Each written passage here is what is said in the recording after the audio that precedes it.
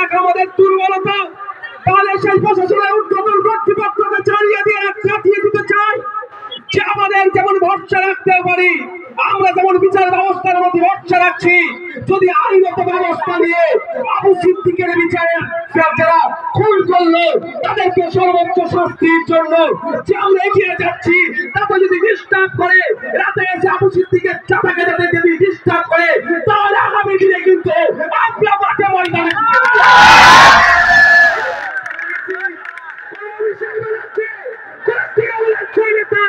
শাসকের জেলে চলে গেল, কেউ আমাদেরকে আটকে রাখতে পারবে না। আমাদের পক্ষ থেকে ধারায় একটা ডেপুটেশন দেওয়া হয়েছিল, আমরা শান্তপ্রিয় মানুষ, আমরা ধর্ম আইন বিচার ব্যবস্থাকে প্রশাসনকে সম্মান দিন বিশ্বাস করি। একটা ডেপুটেশন দিয়েছে, আমাদের সাথে প্রশাসন ভালো ব্যবহার করেছেন, আমাদের বক্তব্য শুনেছেন, আমাদেরকে আশ্বস্ত করেছেন, সেই জন্য আমরা কিন্তু এখনো পর্যন্ত প্রশাসনকে যেমন ভরসা করে যাচ্ছি, আগামী দিনেও। আমার বলার বক্তব্যটাই, আমার কাছে খবর আসলো সিআইডি ছেলে নাকি আমাদের বাড়িতে আসছে। এবার বলা যাচ্ছে আপনাদেরকে, গ্রামবাসীকেও বলা যাচ্ছি, এই সিআইডি ছেলে হোক আর সিবিআই ছেলে হোক, যে আসবে বাড়িতে আগে আইডি কার্ডটা চেক করবেন। কি করবেন আগে? আইডি কার্ড চেক করবেন। আপনি কে? আপনার আইডি কার্ড দেখান। যদি না দেখাতে পারে, ভদ্রভাবে ঘরে বসে পানির বোতল দিয়ে তাকে দরজার মধ্যে তালা মেরে ঘরের মধ্যে রেখে দেবেন।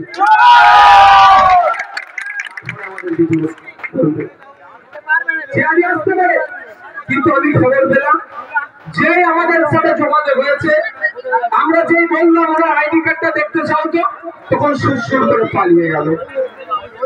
ভয়ের বাতাবরণ করার চেষ্টা হচ্ছে, একের পর এক ছেলেকে কোনো জায়গায় পিটিয়ে মারছে, কোনো জায়গায় থানায় তুলে নিয়ে দিয়ে মারছে, কোনো জায়গায় মিথ্যা কেস দিয়ে এই মুসলিম সমাজের যুব সম্প্রদায়গুলোকে, আদিবাসী পরিবারের ছেলে বলেগুলোকে, যারা একটু প্রতিবাদী, যারা অন্যায়ের বিরুদ্ধে কথা বলে, তাদের মুখকে বন্ধ করার চেষ্টা করছে। আর হতে দেওয়া যায় না। আমরা এখানে দাঁড়িয়ে শপথ করতে হবে আমাদেরকে, আমরা ইসলামকে যেমন ভুলছি না, গত বছরের পুলিশ কাস্টডিতে শিকারী মোড়াকে এক অত্যাচার তার উপরে করেছিল, তাকেও মৃত্যুর করে ধরা পড়তে হয়েছিল, তাকেও আমরা বলবো না। এই জায়গায় দাঁড়িয়ে আমাদেরকে শপথ নিতে হবে। অনেকে অনেক কথা বলবে, অনেকে কান ধরবে, কিন্তু আমাদের শপথ নিতে হবে আবু সিদ্দিকের খুনিরা যতক্ষণ না পর্যন্ত শাস্তি পাচ্ছে, আমরা শান্তি।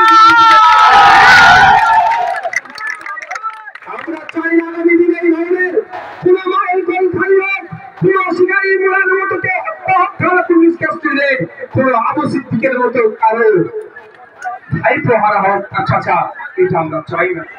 উপস্থিত জনগণ, আপনাদের উদ্দেশ্যে বলবো, আমরা যেভাবে কোর্টের দ্বারস্থ হয়েছি, আমাদের সম্মানীয় যারা অ্যাডভোকেট আছেন, তারা আইনি লড়াই করছেন, আপনারা যারা এখানে আবু সিদ্দিকের আব্বা আছে, চাচা আছে, তাদেরকে জিজ্ঞাসা করুন, যারা গিয়েছেন আইনি লড়াইটা করতে হচ্ছে।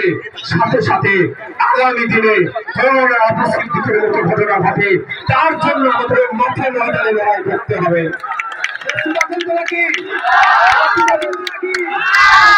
আর একটা কথা, আমার কাছে একটা ফোন গেল, আমাদের এখান থেকে নাকি কেউ পুলিশকে দেখে তেড়ে যাচ্ছিল। এটা কখনোই কাম্য নয়। এটা হতে পারে আপনি আমি এসেছি মধ্যখান থেকে এই প্রশাসনদেরকে বাঁচানোর জন্য। এই কি সাব ইন্সপেক্টর কি আছে কিনা, এই রাজদীপ সরকার না হালদার কি আছে, ওকে বাঁচানোর জন্য, কেসের মাইন্ডকে ডাইভার্ট করে দেওয়ার জন্য কি করতে পারে, তার এই ভিড়ের মধ্যে তাদের লোক ঘুরে দিয়ে পুলিশের প্রতি খারাপ ব্যবহার করতে পারে। এটা কোনোভাবেই কাম্য। এই কাজ যারা উৎসাহিত করছে তাদেরকে চিহ্নিত করতে হবে। কারণ আজকে তো পুলিশকে মারার জন্য আমরা এখানে উপস্থিত হইনি, পুলিশকে তাড়া দেওয়ার জন্য তো উপস্থিত আমরা হইনি, আমরা আমাদের ভাইয়ের খুনিদের বিচারের দাবিতে এখানে উপস্থিত হয়েছি। সুতরাং এখানে যারা আমাদের মধ্যে থেকে এই ধরনের অন্যায় কাজ করার চেষ্টা করছে, তাদেরকে কি করতে হবে, চিহ্নিত করতে হবে। কারণ আপনারা ভালো করে জানেন, যেদিন আবু সিদ্দিককে খুন করেছিল, তারপরের দিনেই আবু সিদ্দিকের গ্রামের মানুষজন এলাকা শুভবুদ্ধি সম্পন্ন মানুষজন হিন্দু মুসলিম নির্বিশেষে, মা বাপ নির্বিশেষে ভোলা থানার সামনে শান্তিপূর্ণ প্রতিবাদ করছিল। কিন্তু দুর্ভাগ্যের বিষয়, আমার কাছে ভিডিও আমার কাছে এসেছিল, সেখান থেকে নাকি এই শান্তিপূর্ণ থেকে নাকি কেউ ইট ছড়েছে এই অভিযোগ আছে। কিন্তু আমি দায়িত্ব নিয়ে বলতে পারি যারা এই দিনকে আমার হিন্দু সমাজ মুসলিম সমাজের মা বোনেরা একত্রিত হয়ে এই ঢোলাশ্রম থানার সঙ্গে প্রতিবাদ করছিল, তাদের মধ্যে থেকে একজনও এই অপকর্মের সাথে যুক্ত ছিল না। খোঁজ নিয়ে দেখুন আপনারা এখানে কারা ঢুকিয়েছিল এই শান্তিপূর্ণ প্রতিবাদকে ভুলভাবে পরিচালিত করার চেষ্টা করছে। তারপরে ভোলা থানা তড়িঘড়ি প্রায় 150 জনের নামে এফআইআর করেছে।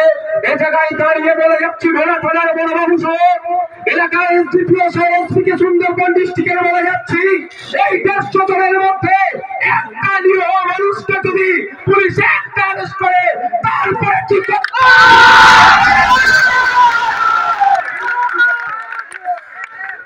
সুযোগটা পেল তো 150 জনের নামে মিথ্যা মামলা করে দিল। এই সুযোগ দেওয়া যাবে না। সবসময় আবেগের নিয়ে আমাদের খেলার চেষ্টা করবে, আমরা খেলতে দেব না। আমরা আইন বিচার ব্যবস্থার প্রতি যেমন ছেড়ে রেখেছি, সাথে সাথে আগামী দিনে এই ধরনের ঘটনা ঘটে তার জন্য আমরা মাঠে ময়দানে থাকবো। আমি আপনাদের বলি, আপনারা শুনলে অবাক হবেন। আজকে আপনারা দেখছেন যেখানে আইএসএফ এর ছেলে আইএসএফ এর কর্মী বলে ভাইজানদের কাছে গত বছরে তুহিনা খাতুন বলে